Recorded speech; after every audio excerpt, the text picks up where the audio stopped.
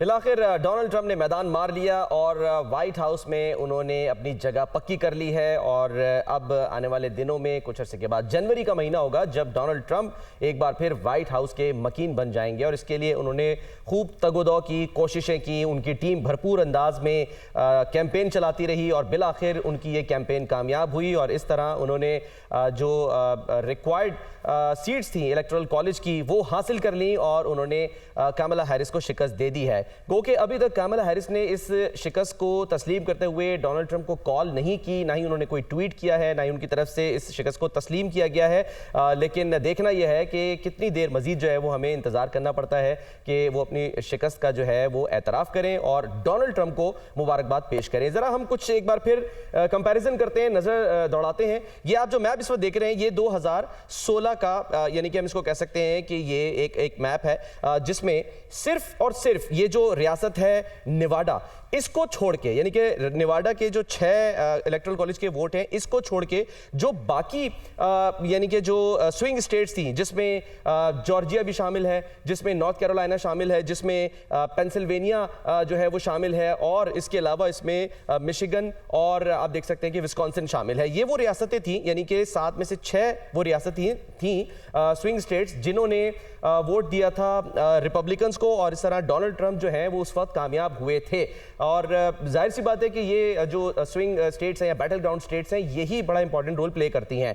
अब अगर हम बात करें 2016 के बाद 2020 की, कि 2020 में सिचुएशन क्या बनी थी, क्योंकि डोनाल्ड ट्रंप ने कुछ इल्जामात लगाए थे, नताइज में ताखीर भी हुई थी, लेकिन इसके बावजूद जाहिर है उनको जो है वो शिकस्त हो गई थी और जो बाइडन उस वक्त कामयाब हो गए थे और वो फिर अमेरिका के सदर बन गए थे। तो ये अगर हम देखें कि 2020 के सिचुएशन के हिसाब से, तो उसमें आप देख सकते हैं कि सिर्फ और सिर्फ जो नॉर्थ कैरोलिना है, ठीक है, इसको अगर आप देखें तो यहाँ पर जो है वो भी बेसिकली जो है इसको सिर्फ इस रियासत को यानी कि छोड़ के जो बाकी रियासतें थी वो चली गई थी कमला हैरिस यानी डेमोक्रेट के पास, जिसमें जॉर्जिया शामिल है, जिसमें जो है वो पेंसिल्वेनिया शामिल है, जिसमें मिशिगन शामिल थी, उसमें विस्कॉन्सिन जो है वो भी शामिल थी और साथ साथ आप देख सकते हैं कि एरिजोना और जो नेवाडा है वो भी इसमें जो है वो शामिल थी। तो ये 7 में से वो 6 रियासतें थी जिन्होंने डेमोक्रेट्स को वोट दिया था और इस तरह जो है उस वक्त जो बाइडन जो है वो कामयाब हो गए थे और सदारत का ओहदा उन्होंने संभाल लिया था। और इस मर्तबा भी 7 ही रियासतें थीं जो कि अहम करार दी जा रही थी, यानी बैटल ग्राउंड स्टेट्स, जहां पर आखिरी वक्त तक, आखिरी दम तक इन 7 रियासतों में, जिनमें जॉर्जिया, जिनमें north Carolina, Pennsylvania, Michigan, Wisconsin और इसके अलावा वेस्ट कोस्ट की तरफ चले जाए एरिजोना और नेवाडा जो है वो शामिल थी। यहाँ पर हमने देखा कि एक भरपूर मुहिम चलाई गई और उस मुहिम के दौरान कोशिश यही रही थी दोनों उम्मीदवारों की कि किसी न किसी तरह वो अनडिसाइसिव वोटर्स जो कि आखिरी वक्त तक डिसाइड नहीं कर पाते कि उन्होंने किसको वोट देना है, उनके जहन चेंज करने की कोशिश की। और इसमें जो कामयाबी मिली है अब तक के नताइज के मुताबिक वो मिली है डोनाल्ड ट्रंप को। यानी मिसाल के तौर पे अगर हम बात करें जॉर्जिया की, जॉर्जिया को अगर हम उसका कलर चेंज करें तो देखें यहाँ के वोट, उसके बाद फिर नॉर्थ कैरोलिना जो कि दायरे के साथ ही है, उसके भी वोट अगर हम उसमें काउंट करें 251 बन जाते हैं। फिर हम चले जाते हैं पेंसिल्वेनिया की तरफ, तो पेंसिल्वेनिया जो है उसके भी अगर हम उसका कलर चेंज करके रेड करें तो ये बनते हैं 270। और फिर इसमें हम नेवाडा के 6 जो हैं वो वोट शामिल कर लें तो ये बन जाते हैं 276, जो कि अब तक की फिगर सामने आ रही है एरिजोना से।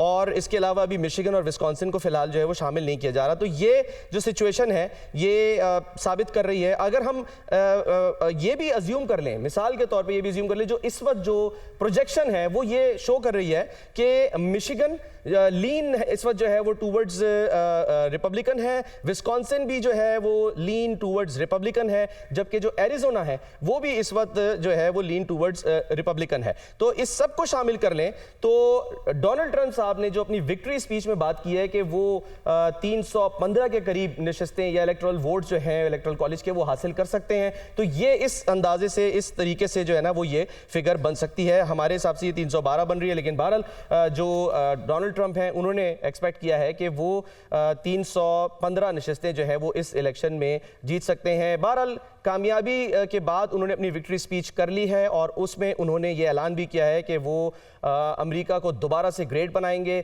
और अमेरिका का सुनहरी दौर जो है वो शुरू होने वाला गया है। अब देखना यह है कि आने वाले दिनों में वो तमाम बातें, वो तमाम पॉलिसीज जिनका ऐलान वो अपनी मुहिम के दौरान करते रहे हैं, क्योंकि उनको काफ़ी वक्त मिला, उनको तकरीबन ऑलमोस्ट 2 साल मिले इस कैंपेन को चलाने के लिए, जबकि जो कमला हैरिस हैं उनको वो बोझ मिला था जिसको शायद वो उठा नहीं पाई, जो कि जो बाइडेन उनके लिए छोड़ के गए थे। और जो बाइडेन के दौरे हुकूमत में हमने देखा कि मईशत के बारे में बहुत से अमरीकियों का ये ख्याल था, बल्कि 44% अमरीकियों का एक सर्वे के मुताबिक ये ख्याल था कि जो मईशत है वो जो बाइडेन के दौरे हुकूमत में मजीद नीचे की तरफ गई है, खराब हुई है। तो उस तमाम की जो रिफ्लेक्शन है वो हमने देखी एक जमहूरी माशरे में वोट के जरिए, कि आपने वोट डाल के जो है ये फैसला करना है कि आपने किसको इक़्तिदार में देखना है, आप क्या चाहते हैं कि कौन इक़्तिदार में आए, और जो उनके वादे हैं, जो उनके दावे हैं, अब उनको पूरा करने का वक्त आएगा। अब आगे चल के ज़ाहिर कुछ टाइम लगेगा। जनवरी के महीने में हम देखेंगे 20 जनवरी को ओथ टेकिंग सेरेमनी होगी, और उसके बाद जो भरपूर तरीके से एडमिनिस्ट्रेशन है वो रिपब्लिकन्स के पास चली जाएगी। सिर्फ यही नहीं हुआ, बल्कि दिलचस्प सूरत हाल ये भी हुई है कि जो अमेरिकी हाउस ऑफ रिप्रेजेंटेटिव है वहां पर भी रिपब्लिकन्स ने अक्सरियत हासिल कर ली है, और इसके साथ साथ जो सेनेट है वहां पर भी अब रिपब्लिकन्स की ही अक्सरियत होगी।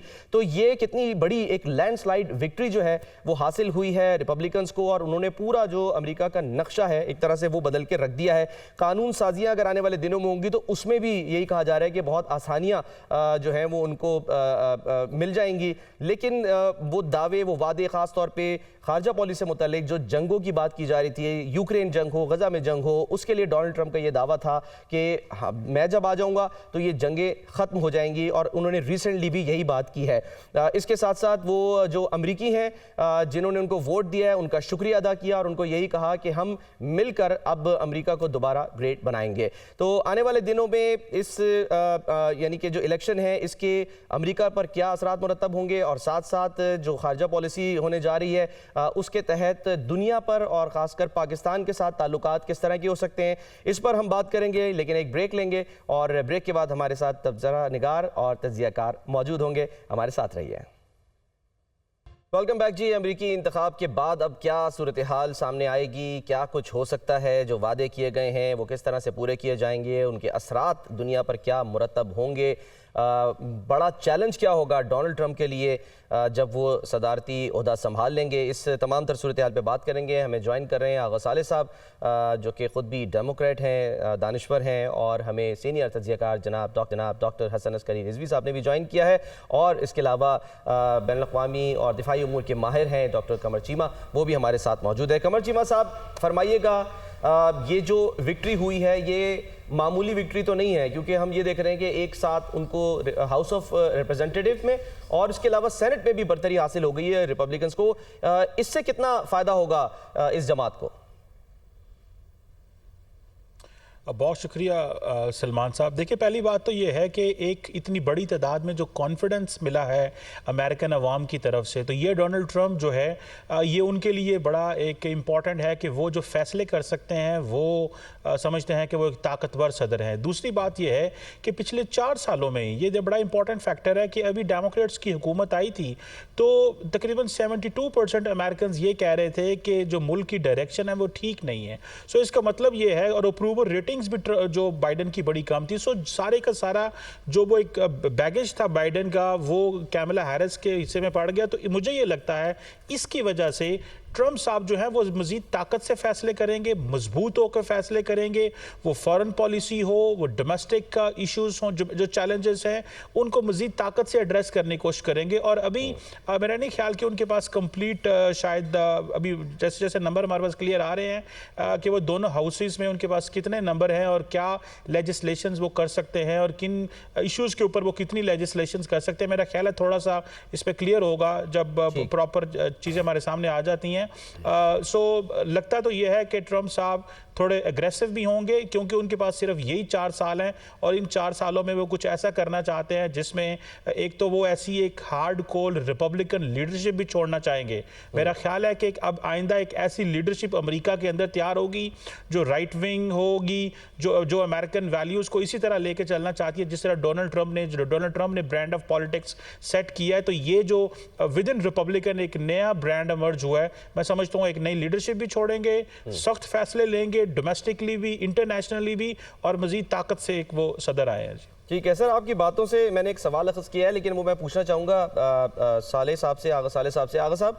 सर, हर कामयाब मर्द के पीछे कहते हैं एक औरत का हाथ होता है। यहाँ पर एक नाकाम औरत के पीछे आपको लगता है मर्द का हाथ है, जो बाइडेन है? नहीं, देखिए, मैं इस बहस में नहीं जाना चाहता, ये मफरूज़े हैं। हमें इशू हमारा ये है कि अमेरिका के अवाम ने माज़रत के साथ एक बाईपार्टिज़न फैसला दिया है। क्या सदर ट्रंप उस बाईपार्टिज़न फैसले को जो मैंडेट मिला है, और हिस्टोरिक मैंडेट है, आपके पास सेनेट भी है, कांग्रेस भी है, इवन गवर्नर्स आपको मिल गए हैं, तो क्या आप अमेरिका को रिवाइव कर सकेंगे? अमेरिकन ड्रीम को जो नाइटमेयर बन गया था उसको रिवाइव कर पाएंगे? दुनिया में अमन का जो वादा करके जो नारा लगा के आए थे वो कर पाएंगे? क्योंकि मैं बहैसियत डेमोक्रेट मैं नाकिद रहा हूँ अपनी पार्टी का, और मैं सदर ट्रंप के इस नारे को हमेशा सपोर्ट करता रहा हूँ। 2020 में भी मैं इनका हामी था, और मैं समझता हूँ कि ये बहुत बड़ा चैलेंज है। और असल मसला फिर बहैसियत एक्सपैट पाकिस्तानी अमेरिकन के, क्या ये अमेरिका के 47वें सदर फॉर्म 47 से बनने वाली पाकिस्तान की हुकूमत के साथ काम कर पाएंगे कि नहीं कर पाएंगे? ये एक बहुत बड़ा चैलेंज है। गो के शहबाज शरीफ साहब ने ट्वीट किया है, क्या शहबाज शरीफ की एडमिनिस्ट्रेशन, उनकी काबीना, उनका फॉरेन ऑफिस केपेबल है कि वो इस चीज़ को वो लेके चल सके और अमेरिका के साथ ताल्लुकात की बुनियाद रख सके, उस्तवार कर सके? सर, फॉर्म 47 से ही ज़ाहिर है कोई भी हुकूमत बनती है वो फॉर्म 47 से ही बनती। पाकिस्तान भी 1947 में बना था। दिलचस्प बात यह है कि 47वें सदर जो हैं वो बन गए हैं, आपने सही कहा। लेकिन ये तो एक ज़ाहिर सिस्टम का फ़र्क है। और हसन अस्करी साहब, सर, वो सिस्टम जिसको आंखों में आंखें डाल के डोनाल्ड ट्रंप खड़े रहे, क्या कुछ उन्होंने जो है वो नहीं सहा? उनके घर पे भी छापे मारे गए, हमने देखे, और साथ साथ उन पे न जाने कौन कौन से इल्ज़ामात लगाए गए, केसेस उनके खिलाफ चले। ये भी कहा जा रहा था कि अगर वो इलेक्शन हार जाते हैं तो फिर वो वाइट हाउस तो नहीं जाएंगे, लेकिन जेल शायद जो है वो ज़रूर चले जाएं। तो आपको लगता है कि वो जो ख़तरात थे वो टल गए हैं उनके प्रेसिडेंट बनने से? देखिए, ये उनकी कामयाबी काफ़ी भरपूर कामयाबी है, तो उसकी वजह से बहुत से जो प्रेशर उन पे बिल्ड किए गए हैं माजी में, वो प्रेशर फ़िलहाल तो उन पे नहीं आएंगे। अलबत्ता ये है कि इस भरपूर कामयाबी से जो एक चैलेंज बनता है वो ये है कि क्या वो अपने वादों को पूरा कर सकेंगे। अगर तो वो हुक्मरानी इसी हिसाब से करते रहे कि अंदरूनी तौर पर हालात की बेहतरी होगी, इक़्तिसादी मैदान में, एम्प्लॉयमेंट के हवाले से, हेल्थ केयर के हवाले से, और बैनुल-अक़वामी सतह पर जो उनकी बात है कि जंगों को बंद कराएंगे और अमेरिका को ग्लोरीफाई करेंगे ग्लोबल लेवल पे, तो ये किस हद तक इन मकासद को हासिल करने में वो कामयाब होंगे? अगर तो वो इन मकासद की तरफ कदम बढ़ा रहे हैं जनवरी के बाद, तब तो शायद उन पे प्रेशर नहीं आएगा।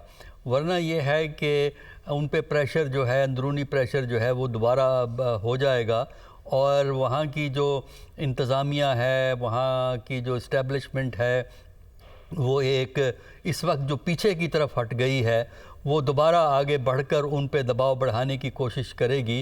तो इस तरह एक अपॉर्चुनिटी जो नए प्रेसिडेंट को मिली है, वो उनके लिए एक चैलेंज भी है कि किस हद तक वो अपने वादों को पूरा करेंगे, और यही वो डिसाइड करेगी कि जो ट्रंप के अगले 4 साल जो हैं वो किस तरह गुजरेंगे, और वो अंदरूनी और बैरूनी तौर पर उन क़ुव्वतों का मुकाबला कर सकेंगे जो क़ुव्वतें उनके ख़िलाफ़ थीं, और उनके ख़िलाफ़ कई केसेस खड़े किए और उन केसेस के ज़रिए उनको दबाने की कोशिश की। लेकिन चूँकि वहाँ एक इलेक्टोरल प्रोसेस ऐसा है जो सेंट्रलाइज्ड नहीं है, बहुत से मुल्कों में सेंट्रलाइज्ड इलेक्टोरल प्रोसेस होता है, तो वहाँ इलेक्शन प्रोसेस को मैनिपुलेट करना आसान होता है। अमेरिका में जो इलेक्टोरल प्रोसेस है वो डिसेंट्रलाइज्ड है, उसमें स्टेट्स का, बल्कि स्टेट क्या, उससे नीचे जो काउंटीज़ हैं उनके अपने रूल्स एंड रेगुलेशन चल रहे होते हैं, और अमेरिका का इलेक्शन एक पॉइंट से इस तरह कंट्रोल नहीं होता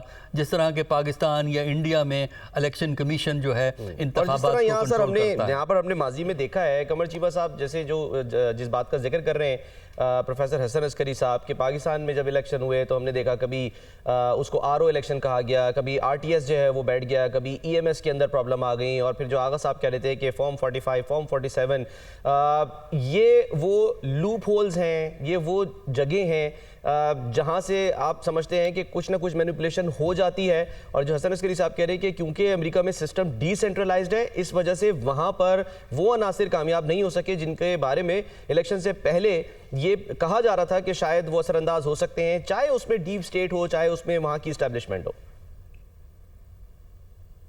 सलमान साहब, मैं आपको एक इंटरेस्टिंग सिचुएशन बताता हूँ। देखिए, जो पावर है ना अमेरिका के अंदर या पूरी दुनिया के अंदर, वो सारी की सारी स्टेट के पास नहीं होती, नॉन स्टेट एक्टर्स के पास भी होती है।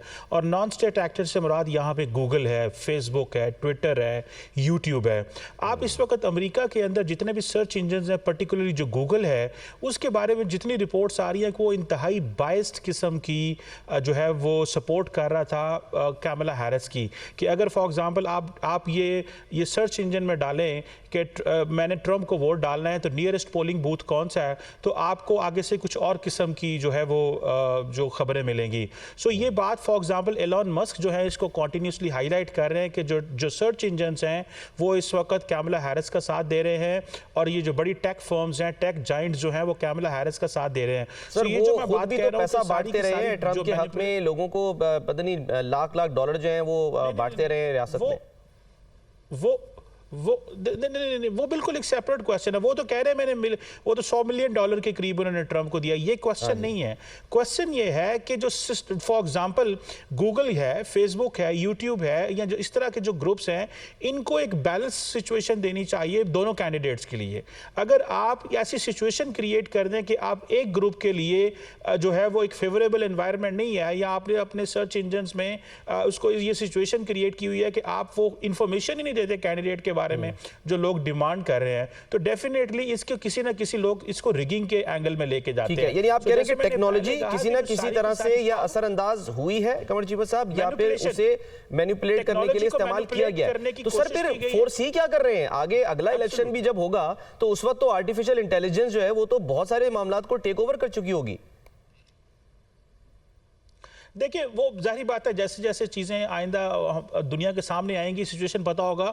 क्योंकि देखिए, अब जो पावर है वो, जैसे मैंने पहले कहा, वो स्टेट या हुकूमतों के पास से निकल के नॉन स्टेट एक्टर्स, एंटरप्राइजेस के पास चली गई है। तो वो बहुत सारी चीज़ों को मैनिपुलेट करते हैं। जैसे कि अभी आप आर्टिफिशियल इंटेलिजेंस की बात कर रहे हैं, तो आर्टिफिशियल इंटेलिजेंस जब फॉर एग्जाम्पल पूरी तरह जब हमारी सोसाइटी के अंदर पेनिट्रेट कर जाएगी, लोग उसका इस्तेमाल करना शुरू कर देंगे और रोज़मर्रा ज़िंदगी में उसका इस्तेमाल आएगा, तो डेफिनेटली वो एक नया चैलेंज है कि इसको कैसे लूप होल्स को प्लग करना है ताकि एक ऐसा माहौल मिले जो तमाम स्टेक होल्डर्स के लिए बराबर हो। लेकिन ये इलेक्शन जो है, ये जो 2024 के हैं, इसमें जो ट्रंप की पार्टी है और उनके जो लोग हैं कॉन्टिन्यूसली इस चैलेंज को हाईलाइट कर रहे थे, और लोगों ने इसको पार्टी को छोड़ के जो इंडिपेंडेंट एनालिस्ट हैं, जो टेक न्यूज़ को देखते हैं, उन्होंने भी इस चीज़ को वेरीफाई किया और गूगल में भी इस चीज़ के को पता चला है। सो क्वेश्चन ये है कि ये एक चैलेंज रहेगा। और इस वक्त क्योंकि डोनाल्ड ट्रंप पावर में आ गए हैं, तो इन जो फर्म्स हैं इनके ऊपर जो है वो किसी किस्म की कदगन भी लग सकती है।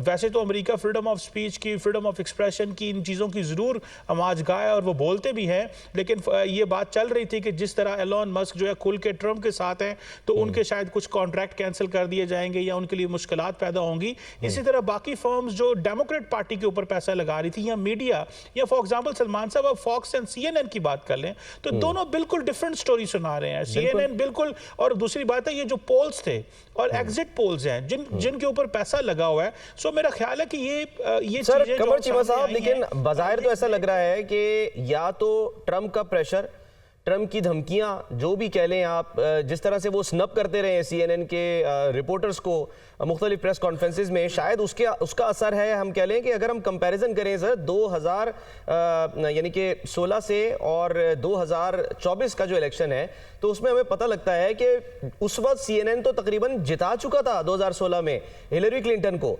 लेकिन वो लोग जो कि वोट डालकर सो गए थे रात को, और जब वो सुबह उठे तो उनको पता चला जी डोनाल्ड ट्रंप साहब जो है वो जीत गए हैं नताइज आने के बाद। अब आप देखिए कितना मोहताज चला है CNN के, वो भी इस वक्त 276 जो है वो सीट शो कर रहा है और जिता रहा है डोनाल्ड ट्रंप को। वो ये नहीं कह रहा कि कैमला हैरिस जो है वो जीत गई हैं। देखिए, पहली बात तो ये है कि ये बिल्कुल आपने सही एनालॉजी ड्रॉ की कि 2016 में जो सिचुएशन थी, अभी CNN को पोजीशन क्लियर इसलिए लेनी नहीं, वो क्लियर पिक्चर दे रहे हैं बिकॉज उनको इस चीज़ का अंदाज़ा हो गया है कि जो पोल्स दिखाए जा रहे थे उनमें मैनिपुलेशंस थी। देखें आप 2020 में देखें, आपको पता है 2020 का जो रिजल्ट है वो 7 नवंबर को तकरीबन आया था, जब पेंसिल्वेनिया की सारी सीट्स बाइडेन को मिल गई थी। सो क्वेश्चन ये है कि अभी आप देख लें ये जो पोल्स किए जा रहे थे, ये जो मैनिपुलेशन, इसको रिगिंग की शक्ल है। देखिए, आपने रिगिंग सिर्फ ये नहीं है कि आपने फॉर्म 45, 47 स्टेट इंस्टीट्यूशंस करते हैं। रिगिंग ये है कि जब non state actors, public private enterprises, जो जिनके हाथ में, जिनके मोबाइल हमारे हाथ में, हम जो बेसिक इंफॉर्मेशन लेते हैं वो स्टेट की वेबसाइट से जाके तो नहीं लेते, हम तो गूगल से, फेसबुक से, ट्विटर से, यूट्यूब से लेते हैं। तो अगर उनको मैनिपुलेट कर लें तो इजंट इट फॉर्म ऑफ, जिसे रिगिंग इसको नहीं कहेंगे हम, डेफिनेटली कहेंगे। मेरा ख्याल है कि इसको भी प्लग किया जाएगा, लेकिन क्योंकि अमेरिका के अंदर या जो वेस्टर्न वर्ल्ड के अंदर फ्री मार्केट इकोनॉमी के अंदर इन कंपनीज जो है ये पैसे से चलती हैं और वो जो पोल्स करवाते हैं उनका अपना एक तरीकाकार है। सो मेरा ख्याल है हाथ डालना भी मुश्किल होगा। चले अब देखते हैं जो ऐलान कर रहे थे डोनाल्ड ट्रंप साहब, उन्होंने 2 रोज पहले ये कह दिया था कि जी मैं प्रेसिडेंट बन गया तो मैं तो केसेस खोल दूंगा अपने मुखालिफिन के खिलाफ, जो हैं वो केसेस खोल दिए जाएंगे, जिसमें जो बाइडेन भी शामिल हैं, जिसमें मार्क जकरबर्ग भी शामिल है, फेसबुक के जो बानी है। एक ब्रेक लेते हैं, ब्रेक के बाद वापस आते हैं तो इसी पर हम बात करेंगे। Welcome back. कमर चीमा साहब, आप ब्रेक से पहले सर बात कर रहे थे, वहीं से जो है वो सिलसिला जो टूटा था उसको जोड़ते हैं। मुखालिफिन को छोड़ूंगा नहीं, ये कह रहे थे डोनाल्ड ट्रंप, और बिल्कुल जब लास्ट कैंपेन जो है ना वो रैप अप होने वाली थी उस वक्त उनके ये बयानात सामने आ रहे थे। आपको लगता है कि अब भी वो यही रवैया अख्तियार करेंगे या नहीं, जब प्रेसिडेंसी जो है उसमें यानी कि व्हाइट हाउस चले जाएंगे तो कुछ थोड़ा सी तब्दीली जो है वो हो सकता है आ जाए और ना करें वो ऐसे इक़दाम जिसका वो ऐलान कर रहे हैं? देखिए सलमान हसन साहब, क्वेश्चन ये है कि जो 6 जनवरी की इंक्वायरीज लगी थी ट्रंप और उसके वोटर्स और सपोर्टर के ऊपर, और बाइडेन साहब ने उनको वाइट टेररिस्ट भी कहा था, तो डोनाल्ड ट्रंप और उनकी पार्टी के दिमाग में तो ये चीज़ें हैं ना कि 4 साल हम केसेस भुगतते रहे हैं। न्यूयॉर्क हो या बाकी अमेरिका के जितने हिस्से हों, अदालतों के ऊपर केसेस लगे रहे हैं, उनके ऊपर जो अटैम्प्ट्स हुई हैं मर्डर की, वो भी तो वो उनको पता है कि ये सारे का सारा सिस्टम जो है वो क्या कर रहा था। तो वो बेसिकली जो ट्रंप ने कल वोट डालते स्टेटमेंट दी थी वो बड़ी इंटरेस्टिंग थी।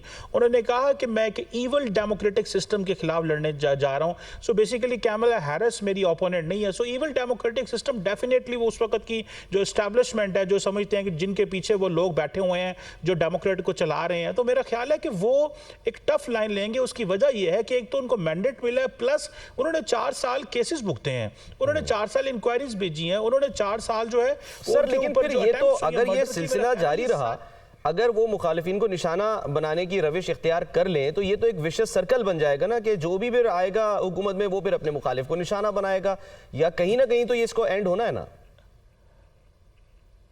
देखिए सलमान साहब, यही वजह है कि दुनिया जब अमेरिका की लिबरल डेमोक्रेसी को देखती है और उसके ऊपर बारे में बात करती है, तो इस तरह के जो ऑप्टिक्स हैं वो डेवलपिंग कंट्रीज के लिए भी परेशान कुन है कि अगर ऐसी सिचुएशन वहाँ पे बन रही है तो डेवलपिंग वर्ल्ड जहाँ पे अभी जमहूरियत के तजर्बे हो रहे हैं और आहिस्ता आहिस्ता चीज़ें चल रही हैं, वहाँ पर तो किसी चीज़ की भी जो है वो छूट मिल सकती है। सो मेरा ख्याल है कि अमेरिका को अपना हाउस इन ऑर्डर करना पड़ेगा, डेमोक्रेट्स हों या रिपब्लिकन हों।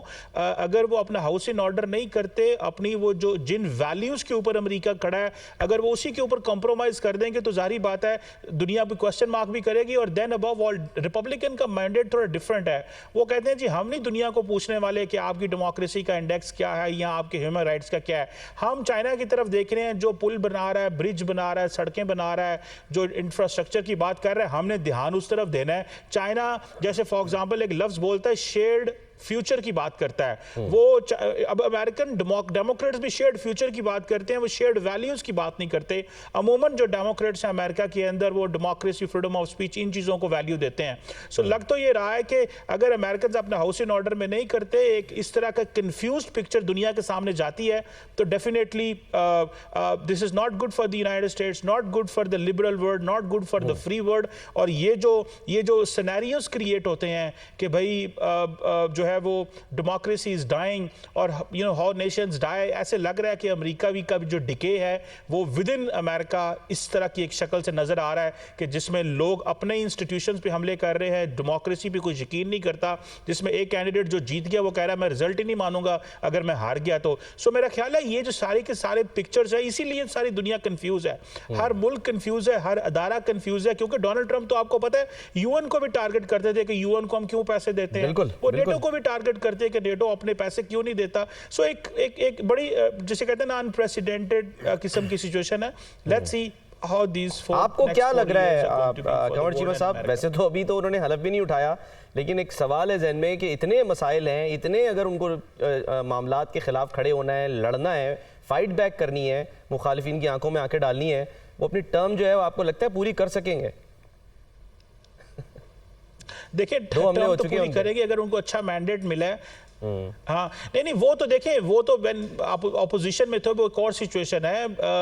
देखिए अमेरिका के अंदर एक सिनेरियो है, जॉन एफ कैनेडी जो एक सदर थे उनके साथ भी एक हुआ। सो क्वेश्चन ये है कि देखिए होने को तो कुछ भी हो सकता है, लेकिन अगर लार्जली ट्रम्प जो है वो जो सिक्योरिटी एस्टैब्लिशमेंट को नहीं छेड़ेंगे, बाकी जो चीजें हैं वो अपनी मर्जी से करने की कोशिश करेंगे, वो सिक्योरिटी एस्टैब्लिशमेंट के जो कोर इंटरेस्ट हैं उनको इस अंदाज से नहीं, सीक्रेट सर्विस को जो है वो उसके लिए अजीबोगरीब अल्फाज का वो इस्तेमाल कर रहे हैं। अब वही सीक्रेट सर्विस जो है वो उनकी हिफाजत करेगी 20 जनवरी के बाद से या उससे पहले ही, बल्कि क्योंकि अब तो जाहिर है वो क्योंकि इलेक्ट हो गए हैं ना, तो वो तो संभाल लेंगे उनकी सिक्योरिटी।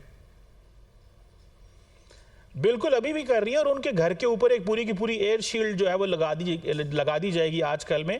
सो बिल्कुल सही कह रहे हैं, लेकिन मेरा नहीं ख्याल कि डोनाल्ड ट्रंप जो सिक्योरिटी एस्टैब्लिशमेंट जो है उसको टारगेट करेंगे या उसके कोर इंटरेस्ट को हिट करेंगे, बिकॉज उनको पता है कि यही वो लोग हैं जो चीज़ों को मैनिपुलेट कर सकते हैं। सो वो अपने ओपोनेंट्स जो पॉलिटिकल ओपोनेंट्स हैं उनके साथ ज़रूर एक उनकी जंग ज़रूर रहेगी, वॉर ऑफ वर्ड्स रहेगी, या कुछ ऐसा हो सकता है वो कुछ ऐसी चीज़ें निकालें जो नई चीज़ें हों, क्योंकि अब डोनाल्ड ट्रंप ने जो 3-4 हज़ार लोगों की अपॉइंटमेंट्स करनी है व्हाइट हाउस में अगले या अपने इर्द गिर्द जो लोग लगाने ये अगले 3 महीनों के अंदर, इसी से पता चल जाएगा कि वो किस तरह के माइंडसेट के लोगों को लेना चाहते हैं। क्या वो फुल एक कन्फ्रंटेशनिस्ट बिहेवियर चाहते हैं या वो वाकई अमेरिका को डिलीवर करना चाहते हैं और वो समझते हैं कि ये मौका डिलीवर करना है, वो जो वॉर ऑफ वर्ड्स थी मेरी डेमोक्रेट्स के साथ वो खत्म हो गई है। Now is a time to deliver America and now is a time to raise a new leadership within the Republican party जो डोनाल्ड ट्रंप के माइंडसेट के मुताबिक चलता रहे।